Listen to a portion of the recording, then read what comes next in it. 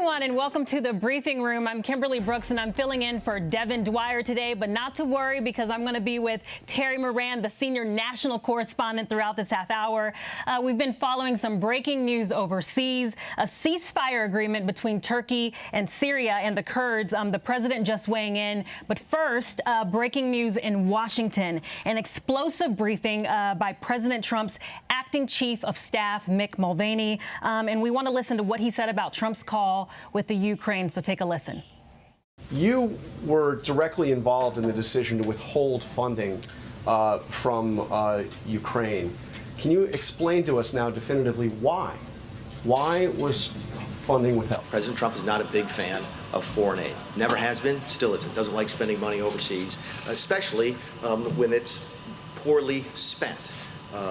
And that is exactly what drove this decision. I've been in the office a couple times with him talking about this.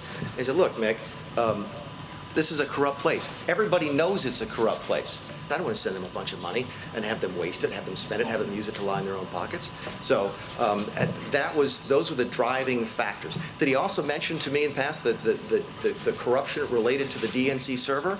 Absolutely, no question about that. But that's it. That's why we held up the money. Now, there was a report. So the demand for an investigation into the Democrats was part of the reason that he ordered to withhold funding to Ukraine. The look back to what happened in 2016 certainly was part of the thing that he was worried about in corruption with that nation. Then that is absolutely appropriate.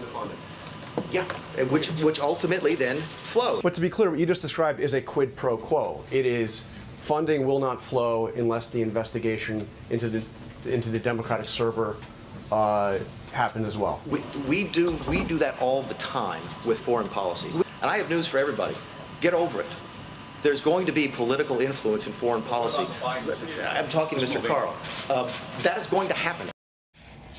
All right, so a remarkable exchange there. Like I told you, I'm with Terry Moran. I have Kira Phillips with me, and I want to start with John Carl because you were right there asking those tough questions. What was that like? Well, I have to say I was blown away by the bluntness with which he answered, the candor. This White House has been denying over and over again that there was a quid pro quo, that the money was withheld to ask them to investigate Democrats. They have denied that over and over again. And what you just heard from Mick Mulvaney is an acknowledgement. Now, he went through a whole series of other reasons. We're worried about corruption. We didn't like the fact that the Europeans weren't giving more aid. But, you know, did the president ask me about investigating the DNC server?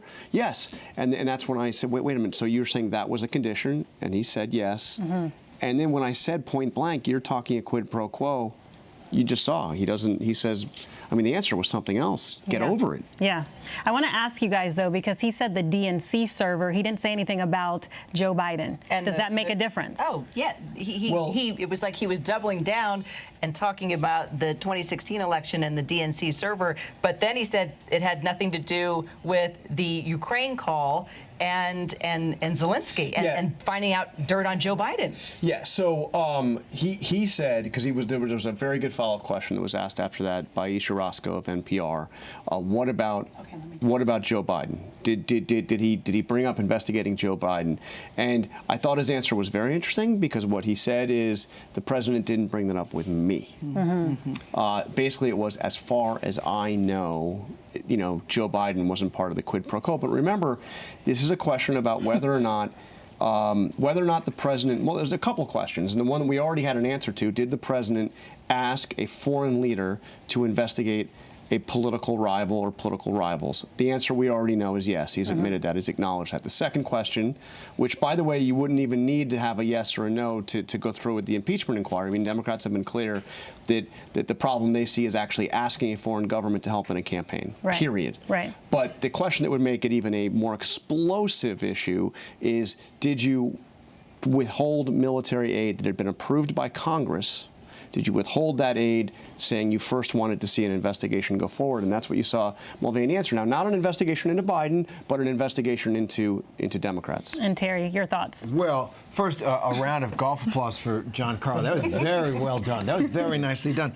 And I have a question about Mulvaney. But first on Biden, the president himself in that call says to the president of Ukraine, go after Biden. I want you to look at Biden. Talk to Rudy Giuliani. He's doing this for me. Biden's all corrupt. Go after Biden. So now you have Mick Mulvaney saying, yes, it was about going after this notion that the DNC server is in Ukraine, and the president himself in the transcript saying, go after Biden. But I have a question. Why did Mick Mulvaney do this? Because he's convinced that the argument that there's nothing wrong here, nothing to see, that's a winning argument? Well, But is that true? Because he has the power, the president has the power to ask anyone to do whatever he wants them to do. The question, was he abusing his power, right? And this is where Rudy Giuliani comes into play, his personal attorney, and what Rudy was being asked to do on behalf of the president. But Terry asks a good question, and it's one that frankly, I don't know the answer to, but the question is, why, after denying that there had been a quid pro quo for so long, why in such this matter-of-fact and blunt way say, yeah, deal with it, that's what we did. Now, it makes me wonder, Terry, does he know that something is coming out? Does he know that there is more evidence that will come out during the course of this investigation that shows that the president was pretty damn explicit, that he wanted to use that as leverage to get the investigation going. And this does look like the hill they're going to die on, although not literally, obviously, but the notion from the beginning that the president has tried to make the case, I'm not doing this for my personal interest, political or otherwise. This is the national interest. Corruption in Ukraine, national interest. What was going on with the hacking of our 2016 election, that's an intelligence matter in the national interest. So this is not about me and my personal abuse of power. This is the use of the power the way the Constitution. It's not if you pay attention to the diplomats that are testifying in the SCIF and what they're telling folks about, or in congressional investigators about the phone call and what the president was asking them to do. How many diplomats have now come forward and said, we didn't like what the president was doing, but we were told to go through Rudy Giuliani? And look, and the president has a right to pick whatever diplomats he wants and to pursue his own foreign policy. But the question is, doing it for political gain. And what's interesting here is that the issue that he wanted investigated, this DNC server issue we're talking about, is this, frankly, a pretty crazy conspiracy theory that his own Homeland Security advisor, Tom Bossert, said here on ABC, that he went to the president and said, look, there is nothing to this. You've got to get off this. The idea basically, Terry, is that the DNC effectively hacked itself in 2016 and used this Ukrainian company, CrowdStrike, to make it look like it was the Russians. Why? Because in case Trump did actually get elected president, they would have an insurance policy with which to go after and make it look like the Russians. I mean, yeah, it is not a mainstream theory. All right, and one more little note from our Justice Department team, Alex Mallon. Now that Mick Mulvaney has said, yes, this Ukrainian aid, by the way, 13,000 people have been killed in Ukraine in this war that's going on. So this is a life and death matter. This is not a game show, right? So, yes, this military aid was held up because we wanted a Justice Department investigation. The Justice Department has no idea. They have put out a formal statement. Nobody told us anything about help with an investigation. We have nothing to do with whatever Mulvaney is talking about. Yes. Very good point. So, John, I appreciate you sharing what that experience was like. And, of course, you guys know this comes after more testimonies about how we even led up to this call. The ambassador to the EU, Gordon Sondland, he testified on the Hill today. So, Kira, I want to hear about what he actually said to the House about his involvement in this. Well, here's what I found interesting is that he broke from the president. This was a very good friend of President Trump's. He donated $1 million to his campaign. And what we saw from opening statement and what we saw from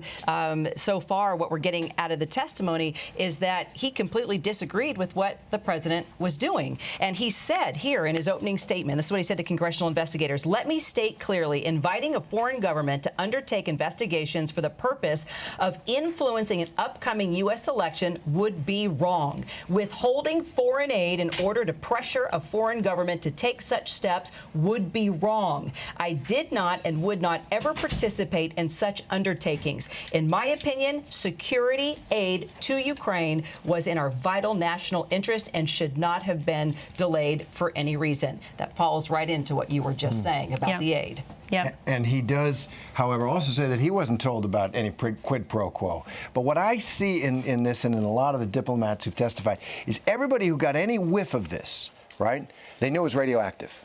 And they only wanted to know about the part that was okay in their lane, and the Rudy Giuliani part, they want nothing to do with. So there is this, what you might call consciousness of wrongdoing on the part of the people who looked at the transcript and put it on a separate server. On the part of John Bolton, National Security Advisor, who told his deputy, go tell the White House lawyers we're being pressured to do something we don't want. On the part of these diplomats who say, okay, I can do this, I don't know anything about this other stuff.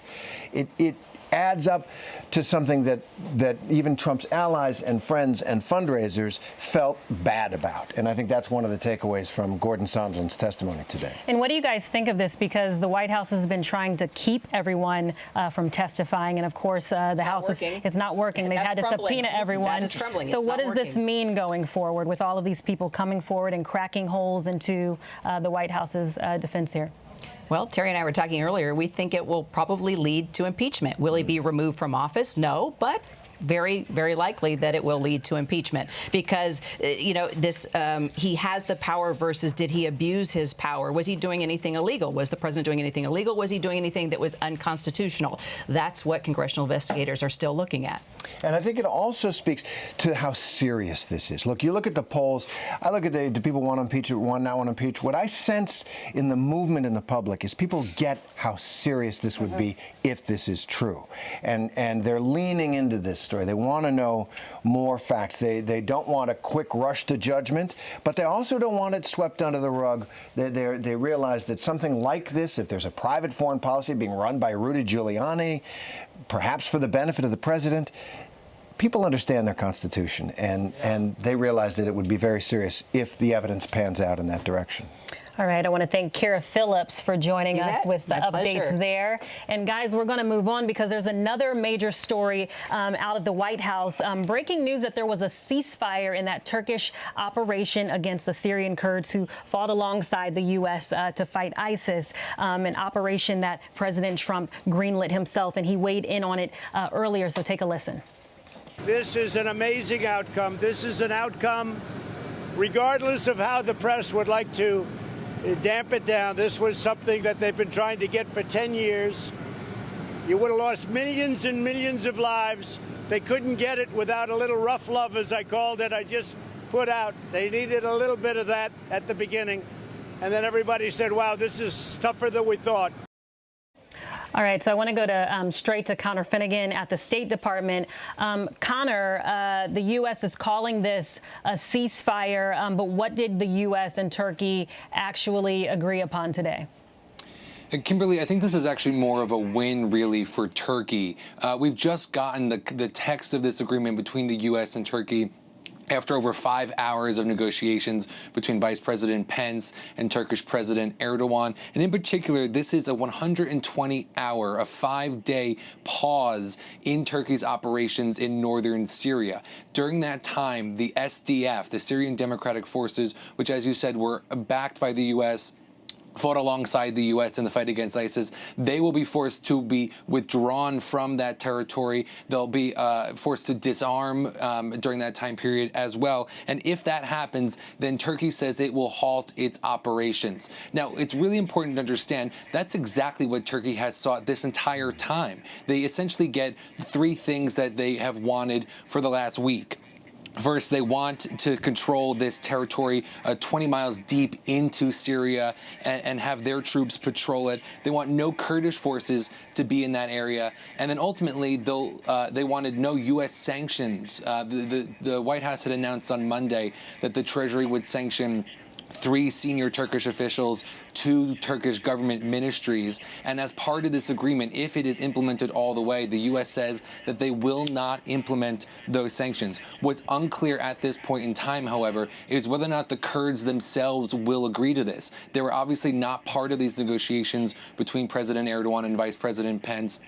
And we're beginning to hear from some of their leadership that they do not support this agreement. But what's obvious at this point is that the Turks do, and they are celebrating it as a victory.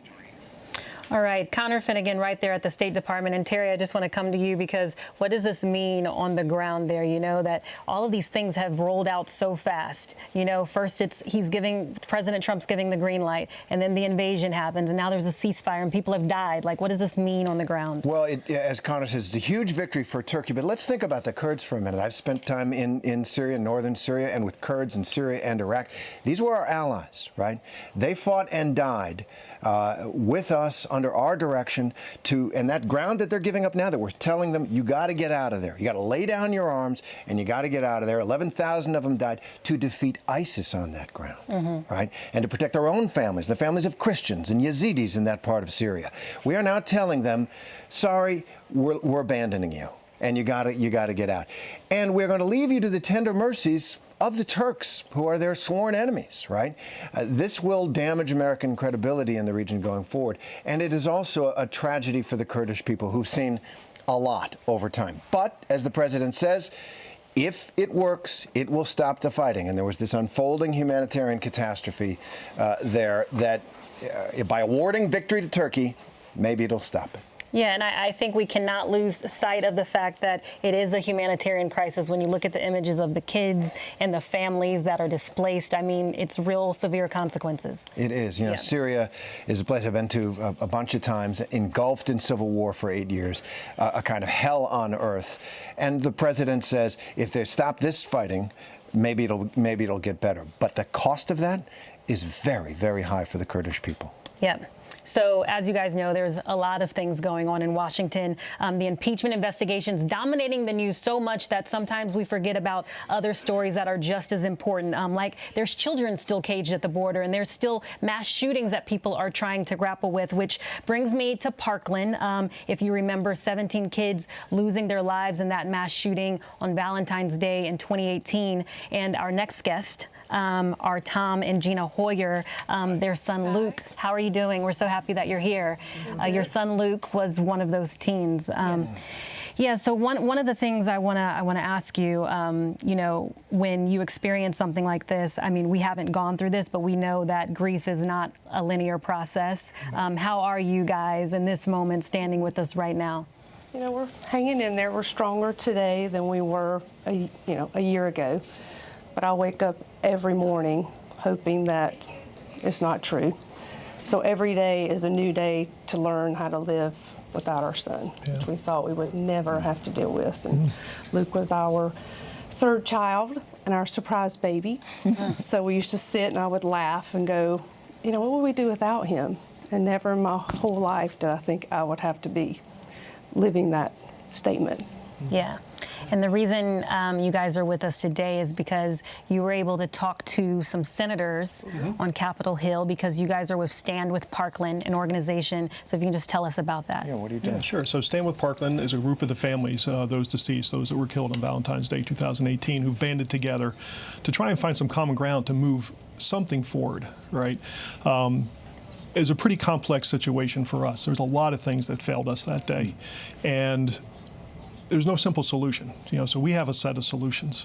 And I kind of think of them in terms of like layers of safety. Starts with mental health, you know, mental health screening, really suicide prevention and intervention, because most school shooters are suicidal. A lot of mass shooters are suicidal, a way to get way out in front of it. Another aspect of mental health is being able to share information, mental health professionals sharing information with the police and the school, so you can have them talk and assess people. In our situation, this kid was a surprise to us, but we found out later, not a surprise to the school, not a surprise to the police, not a surprise to the mental health, because they knew him and they knew what he was. So mental health professionals, if they are in their professional judgment treating someone who they believe is homicidal, cannot communicate that to law enforcement? There are obstacles to that? That's correct. There are obstacles, and they're both real obstacles, and there's a lot of perceived obstacles. Right. HIPAA, which is the medical records law, and then FERPA, which is a school privacy law, which are a little complicated and pretty strict. But a lot of people just take the default position of I won't share any information with anybody on this stuff. Right. And in Parkland's case, that would have made a difference. I think that would have made a difference, definitely. Wow. So that's the first layer. Second layer, if a kid falls through that layer of protection, next thing is to keep a weapon out of the person's hands, right? So background checks, more robust background checks, not only an expansion to commercial sales, but also elements of mental health. We're just talking about, if a kid is assessed by all three of those professionals as a team, they should be able to report that to the NICS system so that they want to be able to purchase a gun legally. Right. The other one is extreme risk protection orders. So guns are already in the home. It is a great tool for police to go to a judge and get a risk warrant to remove guns from a potentially dangerous situation. Does that happen much? It does happen a lot. Our governor, Senator Scott at the time, was our governor back then, and he, went against the wave of his party, and among other things, got an extreme risk protection order put in place, and it's been used numerous times. Wow. And it's a very fast process. The guns are taken away, the weapons are taken away, and somebody has on the back end, I think it's within a couple of weeks, they have a hearing and they can appeal to have the weapons taken back. But it's before a judge. It's very process oriented, so that nobody's really denied a right there. They can able to get their weapons back, but you also protect innocent human beings at the same time with that. Before we go, I want to ask you guys, with the impeachment process dominating the news and the country so polarized, do you think that there's actually going to be change when it comes to the gun violence in our country? You guys are doing a lot of incredible work. Yeah, we're spending a lot of time up here talking with senators and congressmen, both sides of the aisle. We're a nonpartisan group. This is not a political issue to us at all. Republicans have kids in school, Democrats have, independents have kids in school. So we are hopeful to get some leadership out of the White House on this, because we're going to need it to kind of push this along. And I know that's extraordinarily difficult at this particular moment, but that's what we hope for. So, we've been talking to the White House, we've been talking to, as I said, Republicans and Democrats on both sides of the aisle in both houses. And everybody is interested in helping us. The things we're talking about are pretty middle-of-the-road things, right? It's we're looking for common ground, because if you can't find common ground, we're never going to get anything done. We're never going to get to common ground where we can move something forward, get something done. And we got to get something done. We got to start moving on this, even if they're seemingly small things. We got to get moving on this and try to keep our kids and teachers safe in school. And as you say, this impeachment divides us. This can be something really that unites us, right? Every young person, every student, every family. Totally. We don't want this in this country. That's exactly the right. president says that. Yeah. In all the offices we visit, whether it's Republican or Democrats, we all find common ground. Or like if we could just get them to come together and take action on maybe something small that works. Just like in our case of the three focuses, school safety, mental health, responsible firearm ownership. If one of those had worked in our case, we wouldn't be before you today. Yep.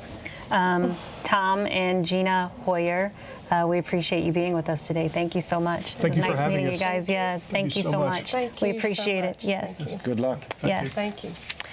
And guys, Terry, you know this. We learned this news earlier this morning that Democratic Congressman Elijah Cummings passed away at 68 years old. He was a son of sharecroppers that went on to be a force fighting tirelessly for justice in his own Baltimore community and this country until his very last breath. So, Terry, I just want to get your thoughts on Elijah Cummings first. Somebody called him a lion of the house, and I think that's true. They don't make him like Elijah Cummings anymore. And I think it's a bad thing for the country. He was a fighter for civil rights in his youth and lived to be an elder statesman, kind of showing the way. Yes, he was a Democrat. He had issues that he believed in. But if you watched him chair any of these hearings over the past year on impeachment or participate as the ranking minority members when the Benghazi hearings were doing, he fought tooth and nail, but with a decency and even a generosity. And what his testimony is, you hear the number of Republicans who come out. Mark Meadows, one of the most conservative Republicans, white man in the House of Representatives, said he wept when he heard this. We need more people who can fight for their principles with decency and love in their hearts. And if you ever met Elijah Cummings, you knew he was that guy. And his loss is a very deep one. It's a very big loss, and we want to bring in the former mayor of Baltimore, Stephanie Rawlings Blake, to get her thoughts, because Stephanie, you knew him personally. I did. He served in the legislature with my father from when I was a child, and I've known him almost my entire life. I've known him to be a generous man, a thoughtful man, a kind leader. and we've taken a big hit today. Yeah, and so what do you want people to remember about him other than his work? Because you knew him outside of his work in Congress. I would say that his work is the measure of a man. I mean, Elijah Cummings, Congressman Cummings, was just what you saw. He was the same in private as he was in public. He was always willing to lend a hand to anyone, anyone in the community, anyone in government. He was someone that you could depend on. And so many of us who have looked up to his example are really feeling that hole, that pain today. And just before we leave you, what do you think his legacy would be if you could just sum it up? I would say his legacy is of egoless or selfless public service.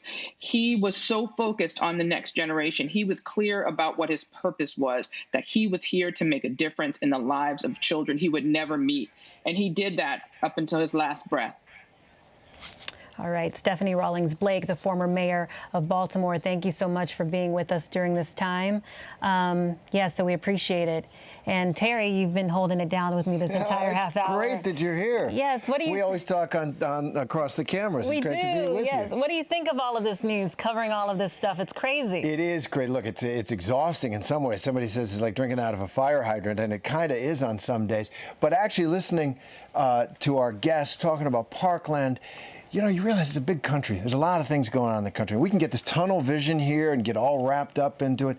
And one thing that a campaign does give you the opportunity to do, although you're kind of fighting, at least you do go out into the country. You get a sense of where the public is, where the public mind is, and not the Beltway politics. So, yeah. But welcome to the Beltway. It's great to have you. Thank you, guys. And before we go, we want to leave you today with Elijah Cummings in his own words from his very first speech in Congress as he was starting to do the job he wanted to do his entire life. And even then, urging us all in the face of differences to concentrate on what we have in common, words that hold great significance today. So take a look at this and have a good one.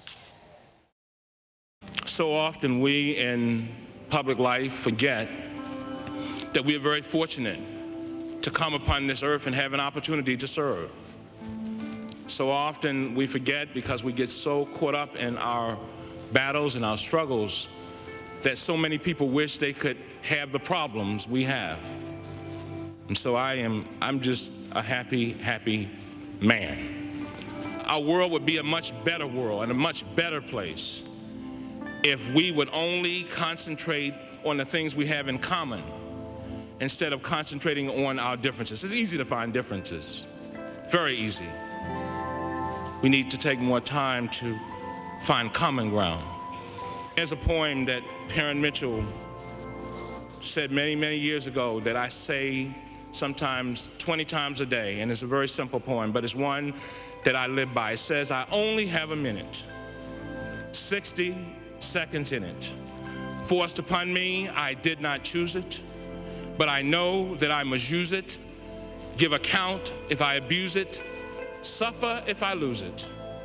Only a tiny little minute, but eternity is in it. And so I join you as we move forward to uplift not only the nation, but the world. May God bless you all, and may God bless America.